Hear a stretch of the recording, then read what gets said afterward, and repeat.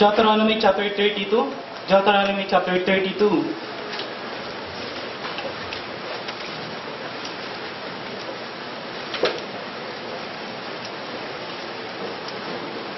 Honestly, yung preparation ng message, ang hirap mag-ponder. At I thank God kay Pastor Tokero na he's very patient sa pag-aaral ng Deuteronomy. No, hindi ko tinaon na Deuteronomy din ako, but the verse itself na i-emphasize natin ngayong umaga na binigay sa akin din ng Panginoon is nasa Deuteronomy. So, hindi ko inano, but honestly, if you will be a preacher, hindi ka pwede, mahirap mag-preach na hindi mo talaga pinag-aralan. Mahirap mag-preach kapag hindi ka rin kinausap ng Panginoon. At honestly speaking, siguro kanina pa kayo kumakanta, tinatapos ko pa lang yung third point ko. Ganong kahirap, no? At hindi ganong kadali. But tingnan niyo yung Deuteronomy chapter, no? Kung pwede may flash sa screen. Deuteronomy chapter 32 verse 7. Pwede po tayong tumayo, basahin lang po natin yung verse 7. Verse 7. Okay, so basahin na rin natin lahat para hindi man natin mabalikan lahat ng verses. At least twice natin binasa. Binasa nyo kay Brother Pilas kanina. Then ma-remember natin yung ginawa ng Panginoon. Verse 7 to 18. And we will emphasize the verse 7. Verse 7, ready read. Remember the days of old, consider the years of many generations, as thy father, and he will show thee thy elders, and they will tell thee. When the Most High divided to the nations the inheritance, when he separated sons of Adam, he set the bounds of the people according to the number of the children of Israel. For the Lord's portion is his people, Jacob is the lot of his inheritance. He found him in a desert land, and in the waste howling wilderness, he led him about. He instructed him, he kept him as the apple of his eye. As an eagle stirred up his nest, fluttered over the young, spreaded abroad her wings, taketh them, buried them on her wings. So the Lord alone did lead him, chose God with him. He made him ride in the high places of the earth, that the increase of the yield fields, and he makes up honey out of the rock, and oil out of the flinty rock, butter of cane and milk of sweet, and spat of the keenlies of weeds. And thou didst drink the pure blood of the grape. But Jeshurun waxed fat, and kicked down with our oxen path. Thou hast grown thick, thou hast covered with fatness. Then he forsook God, which made him, and lightly esteemed the rock of his salvation. They provoked him to jealousy with his strange gods. With abomination provoked they him to anger. They sacrificed unto devils, not to God. To gods whom they knew not. To new God that newly up. For your fathers feared not. Verse 18. Of the rock that begat thee, thou art mindful, and hast forgotten God that forgot for thee. Tayo po'y manalangin, let's pray. Diyos sa masalangit, muli po Panginoon, kami po ay nagpapasalamat sa dakilang kaligtasan na aming natamo mula po sa inyo. Maraming salamat po Panginoon na tunay po na kami po ay nakalugmok sa dungis ng kasalanan. Pero kayo po Panginoon ang tungkol sa amin sa pamagitan ng inyong kamatayan sa cross. Maraming salamat po Panginoon na sa inyong biyaya at awa. Hindi po kami karapat-dapat sa inyong kaharian. But sa pamagitan ng Panginoon Jesucristo sa kanyang sakripisyo sa cross, maraming salamat po na meron kaming pinanghahawakang pangako po ninyo na ng araw at oras na kami po ay tumanggap sa inyo bilang tagapagligtas. Meron po kaming buhay na walang hanggan. Kami po ay anak po ninyo. At anytime na kami po ay mamamatay, meron kaming kasiguraduhan na kami po ay pupunta sa langit, hindi dahil sa Laloma Baptist Church, hindi dahil sa aming mabubuting gawa, hindi dahil sa aming mga pagsasakripisyo, sa aming mga pagbibigay, bagkos dahil sa aming pananampalatayang inilagak sa ginawa ng inyong anak na parang ng Panginoon Jesucristo. Maraming salamat po na even kami po ay ligtas na. Maraming mga pangako sa inyong salita na pwede po namin makamtan, na pwede po namin Panginoon na panghawakan. Tunay po na kung hindi po kayo Panginoon ang Diyos at aming pinaglilingkuran, wala po kami may pagmamalaki. At lahat po, Panginoon, ng bagay na mayroong sa amin ay tunay na galing sa iyo. Tulungan niyo kami, Panginoon, na suklian dito, Panginoon, ng tamang pagsisikap, Panginoon, para kayo ay purihin. Tanggalin niyo po sa amin, Panginoon, na anumang iwaksin niyo po sa amin, Panginoon, anong magawa ng mali, gawa ng kasalanan. Tanggalin niyo po sa amin, Panginoon, at tulungan niyo po kaming masugpo ang makasalanan ng naming kalikasan at maghari ang banal na Espiritu na siyang maging gabay po namin sa bawat landas sa aming tinatahak. We pray, Panginoon, na kayo po ang tunay na manguna. Gabayin niyo po kami at patnubayan niyo po ako sa pangangaral ng inyong salita. Tulungan niyo rin po ang aming pastor sa kanyang pag-challenge doon sa Hebron Baptist Church. Nadalayan ko po, Panginoon, na kayo pong malalahati sa bawat mga churches na nangangaral ng inyong salita. Maraming salamat din po sa grace na ipinakita niyo po sa Alcala Baptist Church na nagbigay sila ng ilang palugit pa para sa kanilang preparation para lumipat, Panginoon, sa place na aming ginagawa pa po, Panginoon, para sa inyong gawain. We pray, Panginoon, na kayo pong mag-bless din po kay Pastor Jun Nardo at ganun din po, Panginoon, sa mga members sa Alcala Baptist Church. Pagpalain niyo po ang bautisa sa pangalan ng Panginoon Jesus. Okay, pwede na po kayo mo po. Ang message po natin ngayon is Remember the Days of Old. Remember the Days of Old. Remember the Days of Old. Actually, meron akong may picture akong gusto sana ipakita, kaya lang hindi ko naibigay kay John. Sino sa inyo nakatanggap ng email ni Pastor Brown na pinakita yung picture ng LBC? Siguro ang babata pa na iba doon eh. Si Sir Sally talagang slim pa noon eh. Sir Sally. May mga makikita kayo doon ng mga picture nyo at siguro yung mga young people dito makikita yung mga picture nyo doon sa pinakita ni Pastor Brown na nasa email na napakabata nyo pa. Siguro nasa elementary pa kayo. Yung iba talaga buhat-buhat pa siguro.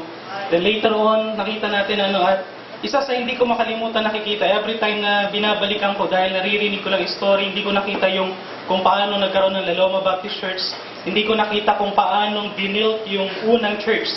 Okay, yung second floor na kulay puti, basta nakita ko na lang ganun yun. At kapag nakikita ko yung picture ng daming flag, di ba? May mga flag doon na different nations. At nakakatuwa yung itsura, no? Kapag nakikita ko yung parang Philippine flag, Christian flag, hindi ko alam kung mayroon pang ibang flag na basta may flag na sometimes nakikita ko na nakalagay doon sa picture. At kapag nakita ko yung church ang itsura ng church ay parang hinating drum. No? Na parang, natag dito, parang daw ng mga sundalo. Barracks ng sundalo, tapos pag nilip mong ganun, bintana niya na yun. No? Ganun, no? So parang mga laruan lang ba ang dating. Pero makikita natin na purihin ng Panginoon for how many years na nag-spend ang ating buting missionary dito na nag-spend ang American missionary natin si Pastor Brown at kanyang kabiyak. Maraming tinawag ang Panginoon at marami ng churches na bunga ng Laloma Baptist Church. Maraming bunga yung LBI before, maraming bunga yung mga young people before, at hanggang ngayon yung mga kasama, nakita ko bibiruin ko sana si Brother Eddie dahil nakita ko yung picture nila Pastor Fernandez na naka-short sila na nagba-basketball, naka-basketball attire. At batang-bata si Brother Eddie. Hanggang ngayon batang-bata siya, no? Hindi nagbabago yung itsura. At makikita ng daming and yet ang daming story na kapag binalik-balikan. Na even yung sana young people, huwag niyong kalimutan ang history ng Laloma Baptist Church. Never forget the history of Laloma Baptist Church. Never forget the humble beginning ng Laloma Baptist Church. Never forget the faith na pinakita ng ating American missionary na si Pastor Brown. Yung ginawa ng sumunod na pastor, si Pastor Isipona, at yung ginagawa ng ating pastor. Someday, tayo din magiging history. Amen? Someday, whether we like it or not, pag lumipas ang 20 years, 30 years, we are history. Baka pag lumipas ang 40 years, lahat na tayo dito ay nandito sa loob na auditorium, baka history na tayo. At nakaukit na lang yung pangalan mo dyan, no? Pero, anong maalala nila sa atin? We have a lot of memories na pwedeng mag-challenge sa atin before. Pero, ano yung story na pwede nating sabihin 30 years, 40 years, 50 years from now? Meron ba tayong ini-aim na someday I will have my own history together with my Christian na ito yung naging history namin. Nung 2011 ganito. Tapos after how many years makikita natin yung accomplishment. Alam, isang bagay na dapat natin makita, merong ang commentator doon sa sona ng ating Pangulo. Naririnig natin madalas yung matuwid na daan. At maganda na yung meron tayong matuwid na daan at nagkakaroon ng trust yung mga Pilipino sa ating presidente at mayroong trust yung ibang nation sa ating nation. Pero isang question na nilagay nila is, saan patungo yung matuwid na daan? Yung direction. Di ba kailangan natin tignan yung direction ng gusto nating tahakin? Kailangan natin tignan ano yung gusto nating iwan as a legacy of La Loma Baptist Church in our year, in our generation, to the next generation. Amen? Kailangan natin tignan, remember the days of old. Pinaalala dito sa short verses na ito, pinaalala sa kanila kung paano sila niligtas ng Panginoon. Amen? Do you remember kung paano ka na-saved? Do you remember kung paano ka nilagay ng Panginoon sa isang church at bago ka ilagay sa isang church, tinanggal ka muna sa kasalanan? Do you remember yung mga testimony mo before? Na kapag binabalikan ko yung mga picture ko before, ayaw kong balikan kasi meron akong picture na hindi ko gusto eh. Di ba? May mga picture tayo na ayaw natin yung suot natin. Di ba? Meron akong damit na nakalagay, crazy guys, tapos butas-butas. Crazy talaga. No? Ayaw kong balikan yung mga barkada at kaibigan ko noon. May mga bagay na tayong ginagawa noon, na history na noon, pero nakakatuwa kung paano ka niligtas ng Panginoon. At tinataas natin sa church na ito para sa aming mga bisita, hindi ang La Loma Baptist Church o ang reliyong ito magliligtas sa inyo. Ang magliligtas sa inyo ang Panginoon Jesucristo. Isa lang ang tagapagligtas. Sabi ng Panginoon sa John chapter 14 verse 6, I am the way, the truth, and the life. No man cometh unto the Father but by me. Yun ang sinabi ng Panginoon at wala na tayong pwede i-claim. Siya lang mga daan. Nagpapasalamat ako na iba-iba yung story natin na tayo na save. May mga iba na pumunta sa church because of a problem. Na-save ka. Dahil discouraged ka na, wala ka makausap, kinausap ka ng Kristyano, nakipag-usap ka. Sometimes nakakamit kami ng mga soul winning, nakakamit tayo ng mga tao na discouraged, kaya lang makikipag-usap sa iyo. At habang nakikipag-usap ka sa kanya, na-encourage siya, then later on, nakita niya yung kanyang kalagay spiritually, saka siya tatanggap sa Panginoon Jesucristo bilang tagapagligtas. May mga testimony na pumunta daw dito yung mga young people, di ba? May mga testimony na naririnig ko sa mga young people na doon sa kanilang fellowship, pumunta dahil doon sa crush niya lang.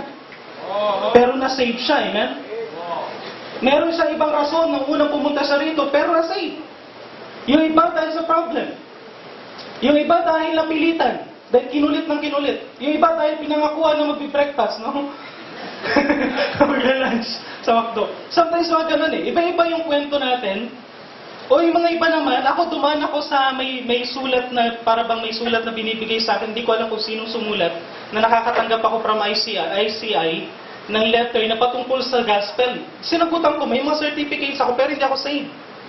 Merong isang, sa Bayambang na ribonet, na isang stall na merong siyang free gospel tracts, binabasa ko yun. Every time na nakakakita ako ng bagong gospel tracts, binabasa ko yun, pero hindi ako saved. Okay? Ang dami ko nang naririnig, pumunta ako sa iba't ibang religion, pero hindi ako saved. Until such time na pumunta ako sa Bayambang Baptist Church, nag-preach si Pastor Tucker, first time ko umattend.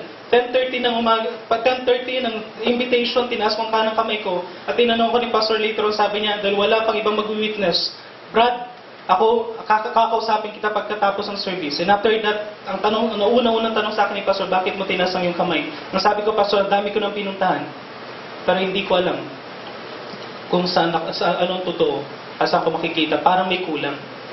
At yung binigay sa akin, Colossians chapter 2 verse na unang binanggit ni Pastor before niya ako winitnessan, and ye are complete in Him. At ang makakapagkompleto lang sa akin, at sa bawat isa, especially if you are a visitor na naghahanap ka ng kakumplituhan, na marami kang passion, the only one that can complete you is the Lord Jesus Christ. Tapos tinanggap ko ang Panginoon that time. I cannot forget yung time na yon, at kung ikaw ay tunay na ligtas, hindi mo makakalimutan talaga kung paano ka niligtas ng Panginoon. Hindi mo makakalimutan. Isa yan sa napakahalagang bagay na pwede mong ilalahanin. But let's remember the days of old. Binanggit dun sa Deuteronomy chapter 32, balikan natin Deuteronomy chapter 32. Tinignan niyo ba kung paano sila sinabi ng Panginoon? Sa verse 7, remember the days of old. the years of many generations, ask thy father, at pati yung mga elders, and they will show thee, they will tell thee. At makikita natin ang maraming dito na, tingnan niyo mabuting ginawa ng Panginoon sa kanila. Verse 9, He found him in a desert land. Di ba ganun ang Israel? Nasa disyerto in the ways, howling wilderness, and led him about, instructed him, and kept him as an apple of his eyes, as an eagle. Yung illustration noon ni Pastor Narvaez kung paano niya ingatan yung kanyang anak, kung paano niya kunin at ilagay sa kanyang likod, at kung paano niya ito limliman, bigyan ng init. Ganun ang ginawa sa atin ng Diyos. At marami siyang ginagawa sa atin, and yet nakakalungkot sa pagpapatuloy hanggang sa verse 18, makikita natin they forget the Lord. They forget yung mga days na yun. Sana wag natin kalimutan the wonderful history kung paano tayo niligtas ng Panginoon at ginagawa ang Panginoon sa buhay natin. May ginawang mga miracle sa buhay mo, huwag ka ma-discourage kung may problem ka ngayon. Remember the days of old. Remember the days of old. Number one, let's remember their faith. Let's remember their faith. Just imagine kung paano binuka ng Panginoon. Isa yan sa history ng Israel na kung makikita natin kung paano binuka ng Panginoon yung Red Sea. Diba? Kung paano nag-part ng tubig na yan. Napakatindi na kung makikita natin yung kanilang faith, dyan nagsimula eh. Paano yung may makikita tayo na kakaiba sa kanila. At paano nagsimula yung history na yan at marami pang mga bagay na kakaiba sa bayan ng Israel. First, meron silang foundation of faith. Makikita natin na meron silang foundation of faith. Hindi ko pressure si brother doon kasi usually ako gumagawa doon. But sinasabayan namin yung preacher. Pero hindi ko siya pressure. Huwag ka ma-pressure, Brad. Kung kaya mo lang, no? The foundation of their faith. Meron tayong pundasyon. Sabi sa Hebrews 11 verse 1, Hebrews 11 verse 1, Now faith is the substance of things hoped for, the evidence of things not seen. Ang faith, sabi nila, hindi nakikita, totoo. Pero ang sabi sa Bible, it is a substance.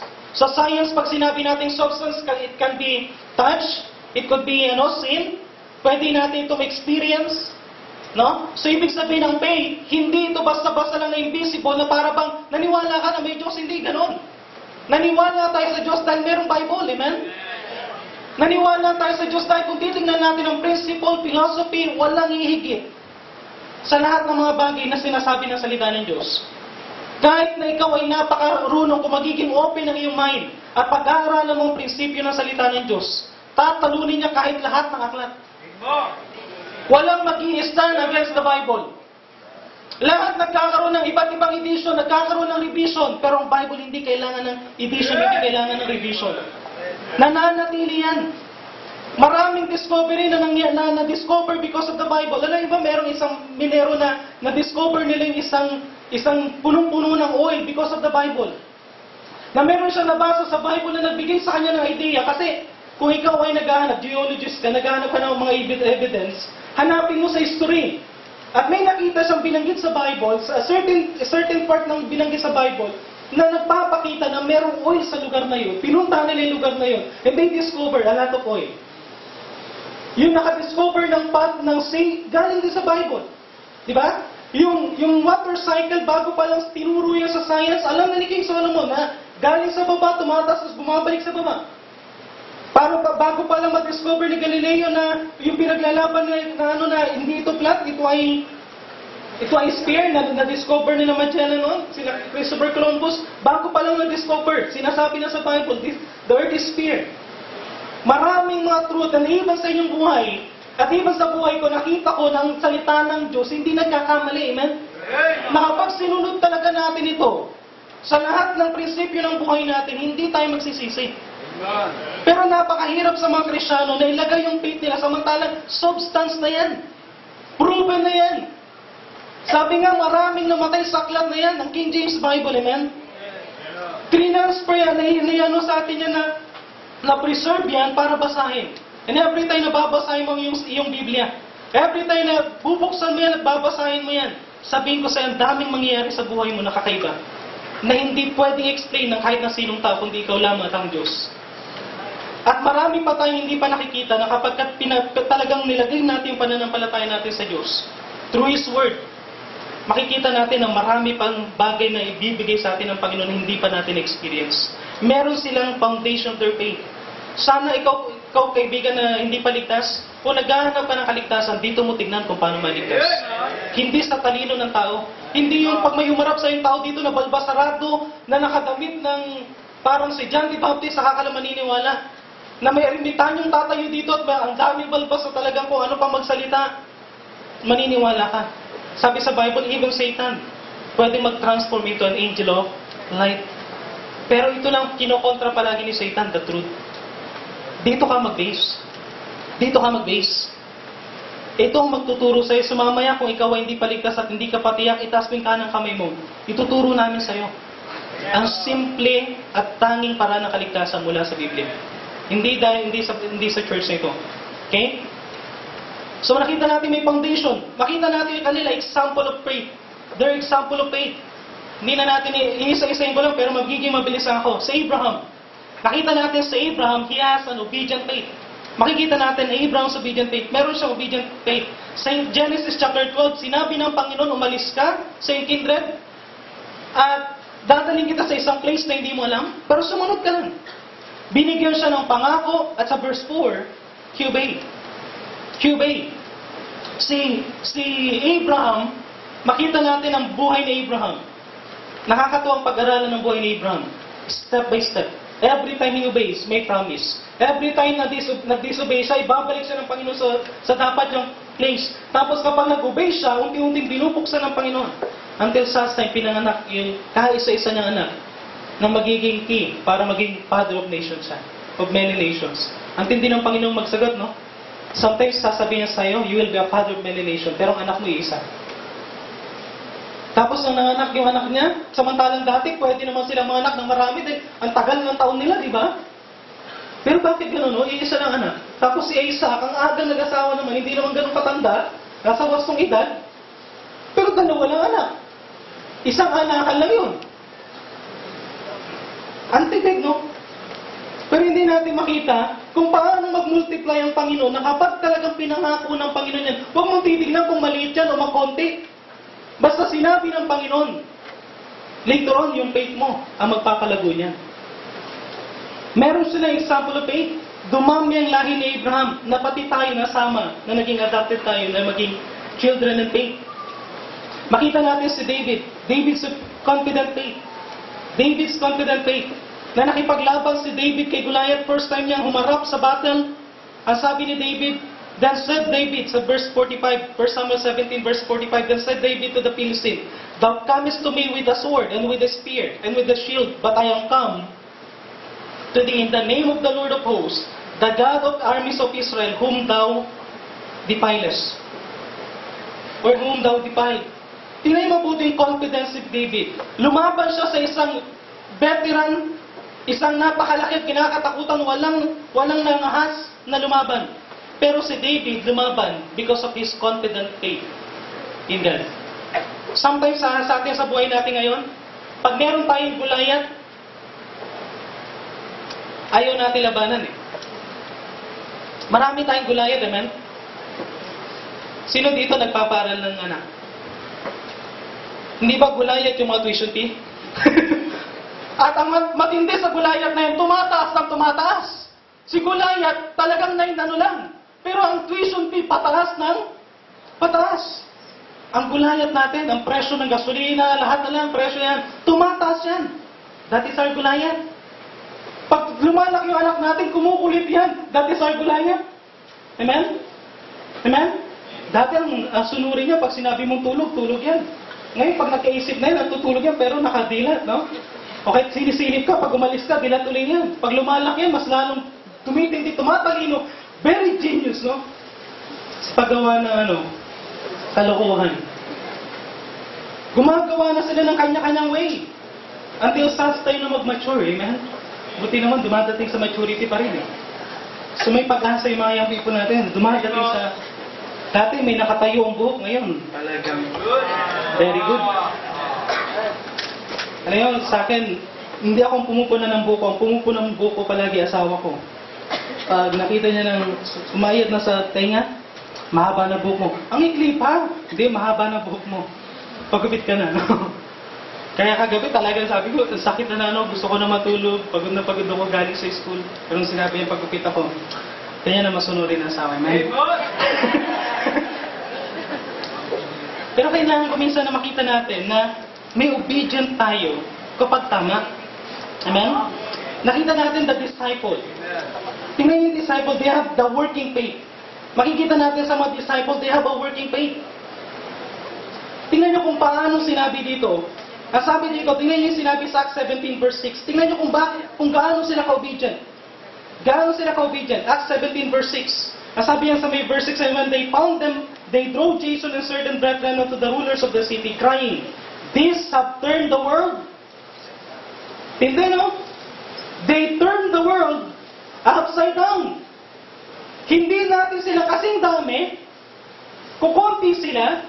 Sabi nga ni Brother Melvin doon sa preaching niya sa soul winning, we are not after quantity lang. Dapat sa quality. Sabi niya, pwede natin matalo ang Panginoon sa quantity.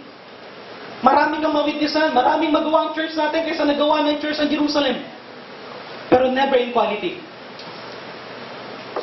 At ang hinahanap natin ngayon, quality. People that can move or turn Isarog or La Loma or Quezon City upside down. Hindi no? Kailangan natin ng ganon. Kailangan natin ng mga faith na para pang hindi ma-explain ng mga tao. Alam nyo, purihin ang Panginoon na hindi nila ma-explain paano nagkaroon ng building na ganito. Amen? Di ba yung mga testimony ng mga kapitbahay kung paano ito na-build, kung paano ito nagkaroon ng at ang testimony na hindi ito umasa sa American money.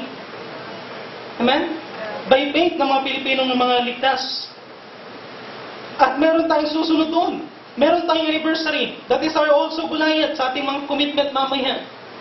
Goliath yan. But meron ba tayong klase ng obedient ng faith na katulad ni Abraham na meron siyang obedient faith, na meron ng mga disciples na merong working faith, si David na may confident faith?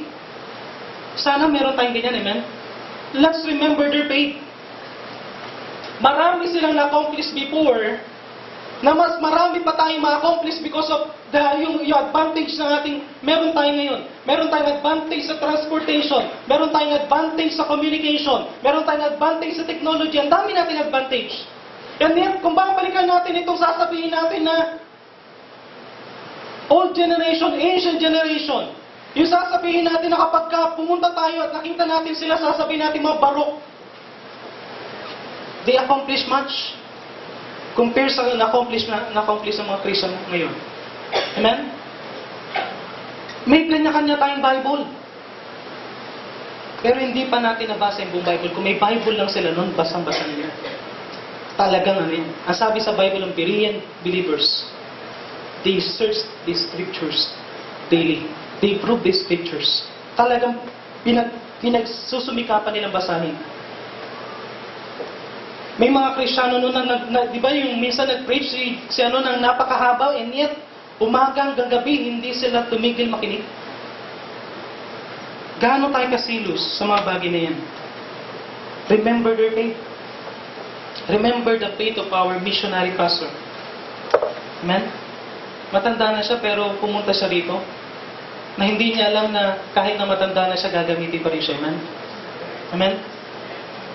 Remember yung sinabi niya na doon sa Bible Institute, nang pumasok daw siya sa classroom nila, lahat ng mga estudyante talagang nirespeto siya. Akala nila, teacher nila. Pero nang nag-greet sila, sabi nila, hindi, sabi ni Pastor Ron, estudyante rin ako. At nagsisimula pa lang siya first year. Pero makita mo yung kanyang faith. Hindi nasayang yung kanyang faith. Amen? Meron ba tayong faith na katulad niyan? Anong gusto mong iwan na klase ng pananampalataya na maalala ng anak mo? Tayo mga magulang. Anong klase ng pananampalataya gusto mong iwan sa mga anak mo? Anong klase as a challenge, as a church? Anong klase ng pananampalataya iiwanan natin to the next generation? To assure us na ipagpapatuloy nila yung paglago ng ministry. Ngayon kapag nakikita nila kung gaano tayo magbigay, meron isang bata na nakita niya yung nanay niya during the offering. Or una pumunta sila sa isang laruan. Kita niyo yung nanay niya, how generous na bumili siya ng mga tokens, binigay sa kanila, laro sila, how generous na lahat ng talagang ang dami niyang pinabayad para kumuha ng maraming for leisure. Then, pumunta sila sa church ng Sunday, nakita niyo yung nanay niya, doon sa mall, puro ang nilalabas, mga 1,000, puro talagang papel. Pero nung pumunta sa church, ng opening na, naglagay siya ng coins. Sabi ng bata, "Ma, mas mura pala sa church." Ang mahal pala sa mall, mas mura pala sa church. Hindi niya alam na bayad, kung ano yun akala niya bayad. Pero sana makita yung ating faith. Amen? Alam nyo, I remember yung time na nagkaroon ako ng salary dun sa Alcala. Meron akong pinakamababa akong naging support. One Sunday is 50-50. Tinanong ko yung sa may counting, magkano naiwan? Pastor, meron tayong 50-50. Ano 50-50? Mamamatay na one. Literal, 50 pesos and 50 centavos. 50-50. Nang narinig ko yung sabi ko, by faith. Kaya may pagkakataon na binigyan ako ng Panginoon ng 100. Tapos may binisita akong member. Talagang nakita ko yung need. Wala silang pangsaing ng kanin. Burden ka, wala pa akong anak no, pero nakita ko yung mga anak niya na parang gutom na pero hindi makapagluto ng kanin. Sabi ko, sige, sis, bigay ko yung 50. Hindi ko na sinabi kung 50 lang din hati kami. Mabuhay kayo dyan, mabuhay ako dito. Sabi ko, tuwing naiisip ko yung 50 pesos, yung 100 pesos na hinati ko, na support ko, at nabuhay ako, at hindi naman ako nagutom. Sabi ko, that is a great sacrifice. Not great amount, but a great sacrifice. Amen? Tapos iniisip ko ngayon, hindi lang 100 ako meron ngayon. But may mga pagkakataon sa buhay natin that we could not give the 50% again kapag may need. Para bang, bakit ang hirap na para bang tinitingnan mo yung amount, hindi yung percentage? Na may mga pagkakataon,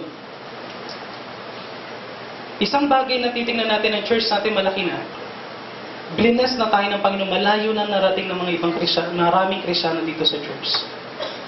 Pero paano nila nakikita, yung mga anak natin, paano nila nakikita how we sacrifice for the Lord? What kind of faith na ipapamana mo sa kanila? Amen? Amen? Amen?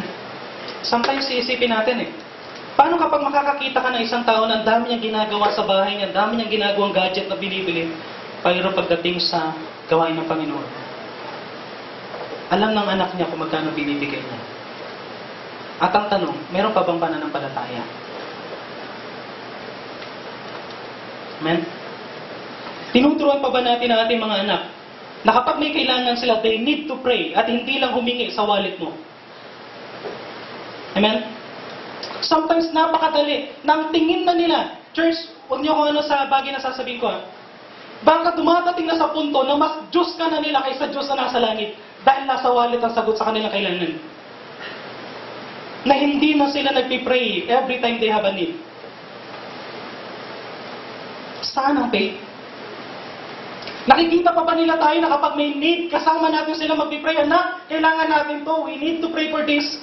At makikita nila kung paano mag-answer ang Panginoon. Sometimes, may mga young people dito na baka nagkaroon tayo ng failure na hindi natin pinakita yung faith natin sa kanila. Alam niyo, as a parent, hanggat nasa poder natin anak natin, isang challenge sa atin. Let's show our faith to them. Amen? Amen? Na kapag mamamatay ka, alam mo, ang Laloma Baptist Church, mas hihigitan pa nila because of their sacrifice, because of their faith. Amen? I was encouraged sa grupo ng mga single ladies. Yung percentage ng inyong sacrifice for the anniversary is napakalaking percentage. At single men, challenge sa atin yan. Sa grupo ninyo. Sa grupo natin, ako teacher niyo, pero hindi ako single. Pero sa teacher ninyo, challenge sa atin yan.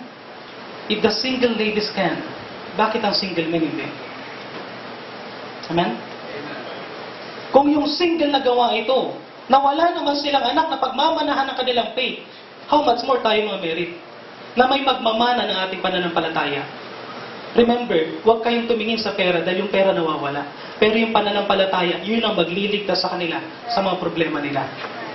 Yun ang maglalagay sa kanila sa tamang lugar. At kahit anong mangyari sa anak ninyo, kung mamamatay kayo, alam niyo, di ba pag mamamatay ka na, isipin mo, yung anak ko, paano na anak ko? Paano ko iiwan? Paano kaya sila masecure na ito ay lalago ng maayos? Isang isipin nyo lang. Ibigay mo yung tamang pananampalataya sa kanila. Be an example of your faith. Second, remember their fight. Remember their fight. Remember their fight. Meron silang battle, meron silang faith, meron silang mga battle. Pero nakita natin sa bayan ng Israel, we need to remember the source of their victory. We need to remember the source of their victory. Meron silang battle, pero meron silang mga victory, na meron silang pinagkukunan ng victory na yan. Sino ang pinaka-victory nila? Sabi sa Genesis 17 verse 8. Genesis 17 verse 8, mag-plus na lang kayo ng mga verses, Brad. And I will give unto thee, and to thy seed after thee, the land wherein thou art a stranger. All the land of Canaan, for an everlasting possession, I will be their God. Ano sabi ng Panginoon? Hindi sila makikipaglaban.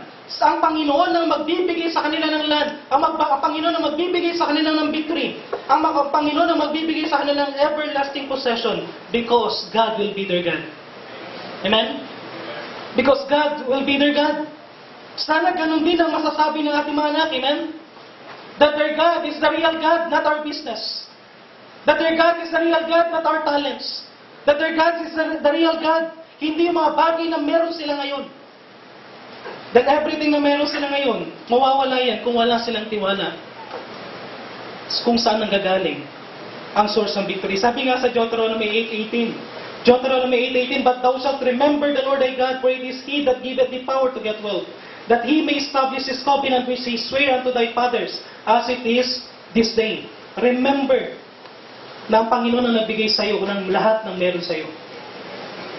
Your talent, your knowledge, your possession, your profession, even your children, galing yan sa Diyos. Remember the source of victory. Second, remember the prerequisite of the victory. Remember the prerequisite of the victory. Binasa ko yung pagbabasahin yung Judge, Book of Judge, Book of Kings. Ang napakadami. Tingnan lang natin isa. Tingnan nyo sa Judges chapter 2. Judges chapter 2 verse 22. Judges chapter 2 verse 22, sabi that through them I may prove Israel whether they will keep the way of the Lord to walk therein as their fathers did keep it or not. Isang sikreto na. Isang prerequisite ng victory na palaging sinasabi ng Panginoon sa susunod na hari, sa susunod na generation, walk as your father did. Kung paano lumakad ang inyong tatay na kasama ko, lumakad kayong katulad nila. I remember na maraming blinas na king because of the walk of David. Diba? Yung paglakad ni David na naging example ng fear ng Diyos, naging example kung paano siya nagkaroon ng tender heart. Lumakad sila. At sabi ng Panginoon, ganun din kayo lumakad. Kaya nga sa New Testament, meron tayong James chapter 4 verse 8. Draw nigh to God and He will draw nigh to you. Amen? Cleanse your hands, ye sinners, and purify your hearts, ye double-minded. Sinabi sa atin na tayo dapat ay lumapit sa Diyos. Because He is the source of victory. And the only requirement, we need to walk with God. We need to walk with God. Then third, we need to remember the cause of their victory. We need to remember the cause of their victory. We need to remember the price of their victory. I remember si David na meron siyang kinuwang di ba, yung kinuwang altar to sacrifice for the Lord. Binibigay na sa kanya yon. Pero sabi ni David, hindi. Babayaran ko yan sa iyo. Amen? Amen? Babayaran ko yan sa iyo. Si Abraham nang kumuha siya ng paglilibingan ng kanyang asawa, hindi niya rin hiningi yun. Binayaran niya. Merong cause. Alam niyo, maraming pwedeng mangyari sa ating katulad nga ng sinabi ni Apostol Pablo, maraming persecution. Dinaanan niya dahil sa kanyang pag-obey. Alam niyo, sa buhay Kristiyano, once na ikaw ay naging Kristiyano, kasama na dyan yung responsibilidad natin bilang Kristiyano. Amen? Kasama na dyan. Meron tayong battle. Ano yung mga battle natin ngayon? May mga battle tayo. Our battle is the ministry we handle. Yung mga ministry na pinagkatiwala sa atin. May mga ministry na pinagkatiwala sa inyong Diyos, ang ating pastor. Ministry yan, battle yan. Whether you will quit or you will continue and be steadfast. Nasa sa'yo yan.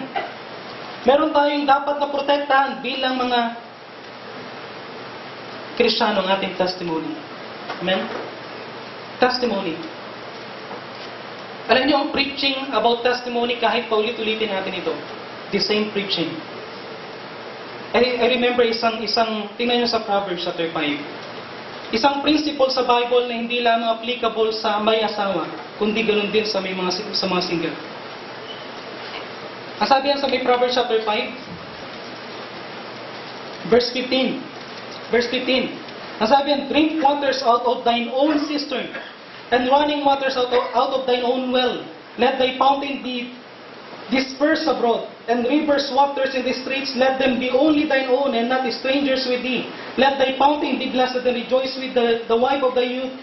Let her be as the loving hind, and pleasant roe. Let her breast satisfy thee at all times, and be thou ravished always with her love. Di ba yung preaching regarding sa mga young people kung paano kayo manatiling pure, is the same thing na kahit na may asawa ka na, huwag mo sasabihin sa young people na applicable yun, amen? Amen? How much, mas matindi pa nga sa may asawa. Ang sabi niya, love you.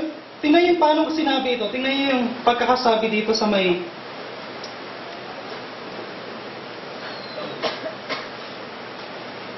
verse 18. Let thy fountain be blessed and rejoice with the wife of thy youth. Di ba pag pinakasalan mo yung asawa mo, yung kasal kayo, bata pa yan. May hugis pa yung pero yan. Ayos na ayos pa yan. Pero ano yan? Pero, ang sabi sa Bible, yan ang palagi mong isipin. Yung time na pinakasalan mo siya, nung kayo ay bata pa. Tatanda yan. Pag nanganak yan, ang tiyan, hindi na yan. Kahit mga ladies, ang hirap ibalik yan. Huwag nyo nang dalhin kay Dr. Bello, kani-kanino man. Talagang mahirap na yan. Kung gusto mong matanggal yung wrinkle niyan, gagastos ka pa. Hindi pa sure. Talagang ganyan na yan. Hindi mo na ano yan. At yan ang palatandaan ng paghihirap mo na pwede mong ipakita sa anak mo. Ganyan, kita din nila dito. Kaya huwag kang matigas ang ulo. Testimony mo yan sa anak mo. Pero habang tumatanda yan, tumataba yan, kukulubot yan. Ang sabi sa Bible, mag-enjoy ka lang sa asawa mo. Amen? Sa atin may mga asawa, tabihan mo asawa mo. Hindi yung iba-iba katabi mo. Amen? Testimony yan. Testimony yan. Hindi mo maiwasan kung minsan makakatingin ka ng, pagtitingin ka ng babae, makakatingin ka ng mga katangian na wala sa asawa mo. Lalong-lalo kapag ang hilig mo tumingin. Makakakita ka. Pero isang bagay lang. Yung babae pinakasalan mo, binigay ng Diyos na dapat mahalin mo, amen? Nangangailangan siya ng atensyon mo na siyang palagi mong katabi, palagi mong iniingatan, at kapag may gugulo sa isipan mo, palagi mong isipin asawa mo. Kung may asawa ka, dapat ang na-picture na nasa wallet mo, picture ng asawa mo. Amen? Picture ng asawa mo. Kung meron sa kwarto kung tinitingnan na ibang picture ng babae dyan, kahit na ito ay artist o what, ilagay mo yung picture ng asawa mo, mas malaki.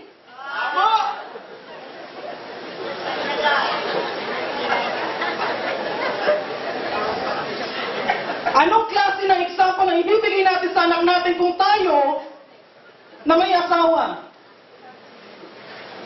hindi nagiging maingat?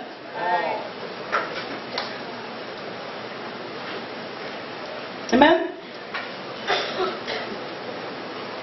Yung kapatid ng asawa ko, nire-respeto ko yun.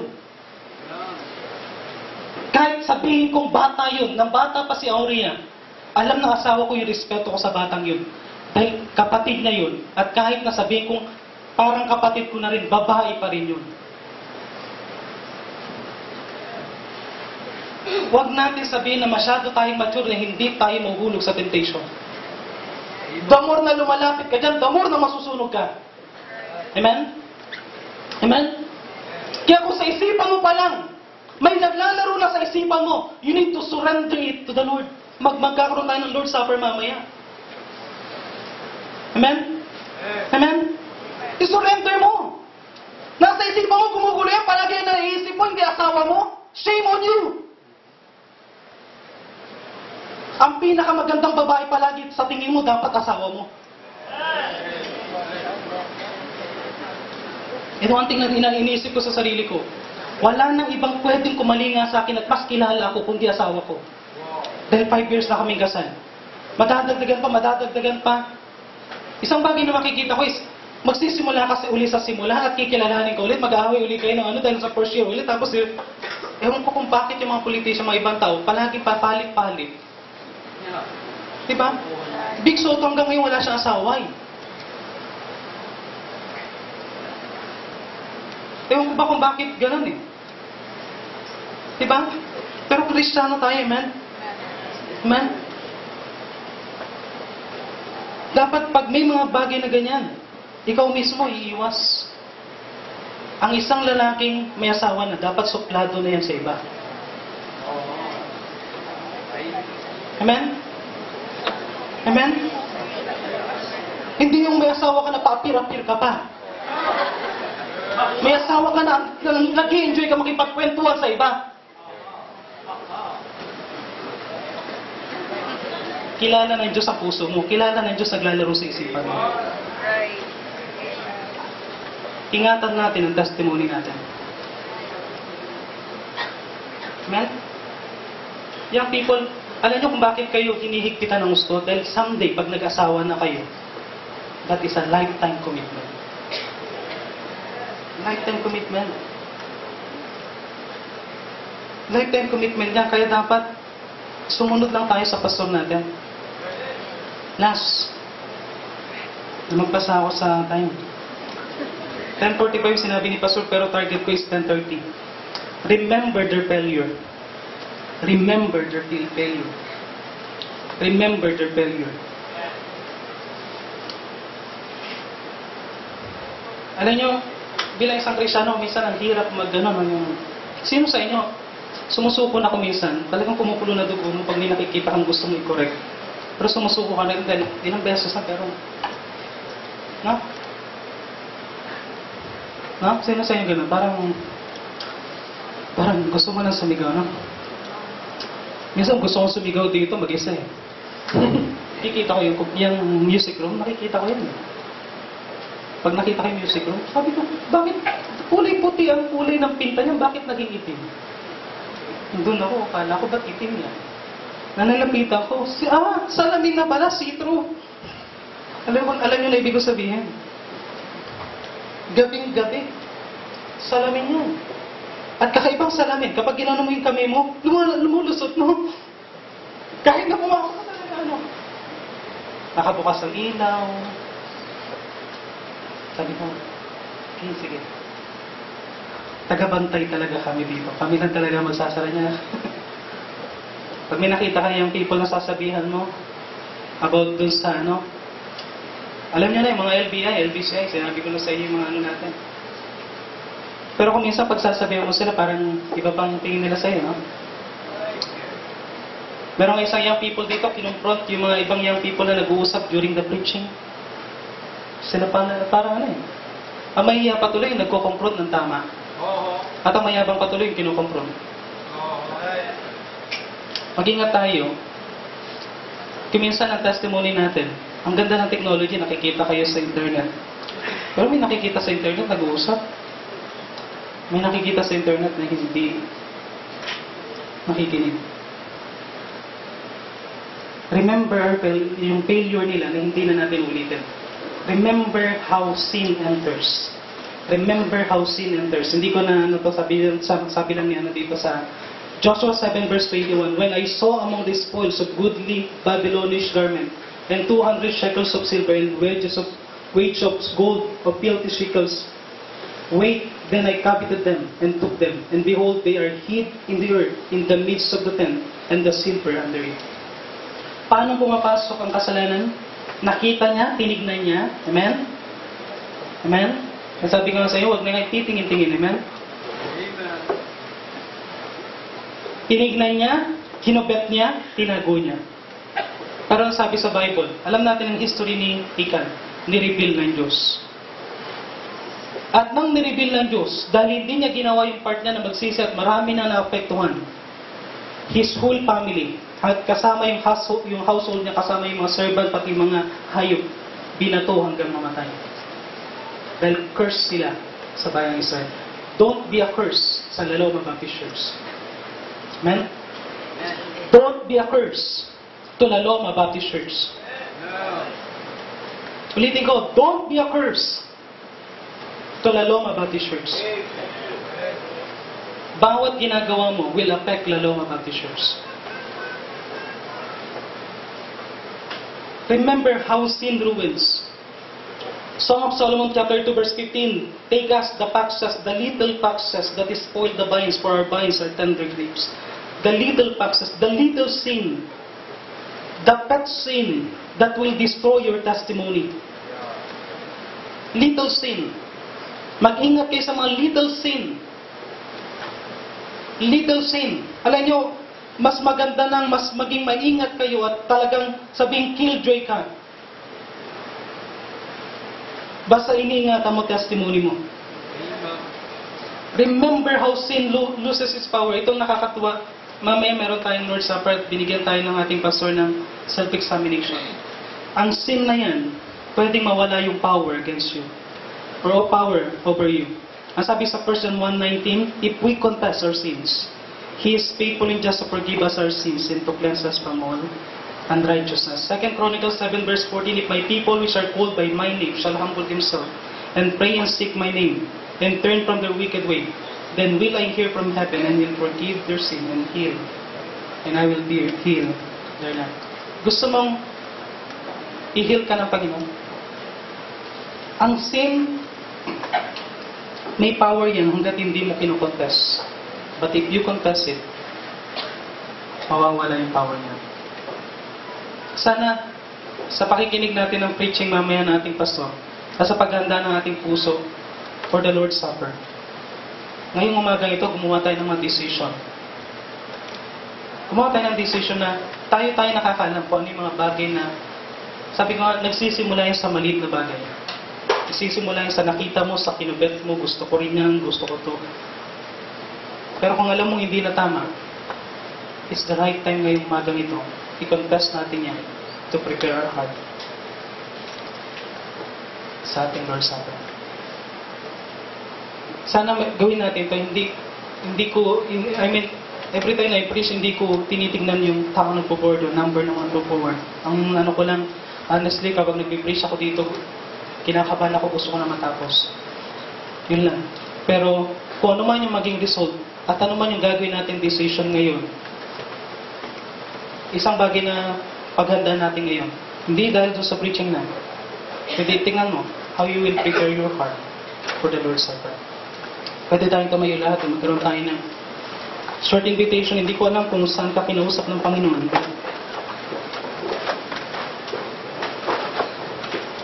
God is good na, honestly, habang piniprepare ko yung message, sabi nag-aalala yung asawa ko, sabi ko wala